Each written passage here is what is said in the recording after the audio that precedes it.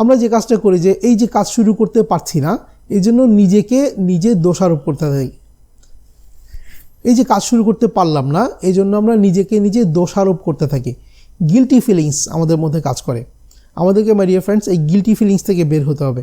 Guilty feelings আপনাকে আরও বেশি লো করে দিবে এবং কাজটা শুরু করতে আরও বেশি বাধা দেবে।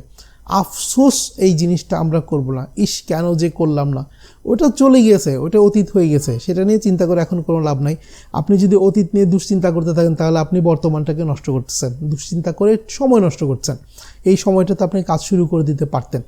তাহলে আমরা নিজেকে দোষারোপ করব না বা আফসোস করব না, এবং এই কথাটা কখনো বলবো না আজকে থেকে যে আমি পারি না, আমি পারি না, এই কথাটা আর এখন থেকে বলবো না। যদি এই কথাটা মনে আসে যে আমি পারি না, তখন নিজেকে আপনি জিজ্ঞেস করবেন কেন পারি না, কারণটা কি, কারণটা খুঁজে বের করেন, সেই কারণটার উপরে কাজ করেন, লেখাপড়া করেন, প্র্যাকটিস করেন, তারপর আপনি করেন সেটা। অবশ্যই আপনি পারেন, রাইট? আপনি পারেন, কিন্তু আপনার সাবকনসিয়াস মাইন্ড বারবার আপনাকে বলতে থাকে যে আপনি পারেন না, আপনি পারেন না। কারণ কি, ওই যে বলেছিলাম আপনাকে সে আরাম দিতে চায়, শান্তিতে রাখতে চায়, কিন্তু কাজ না করা মানে তো শান্তি না। আপাতত আপনি প্রবলেম থেকে বের হয়ে যাবেন, কিন্তু পরে গিয়ে প্রবলেমে পড়বেন নিশ্চিতভাবে।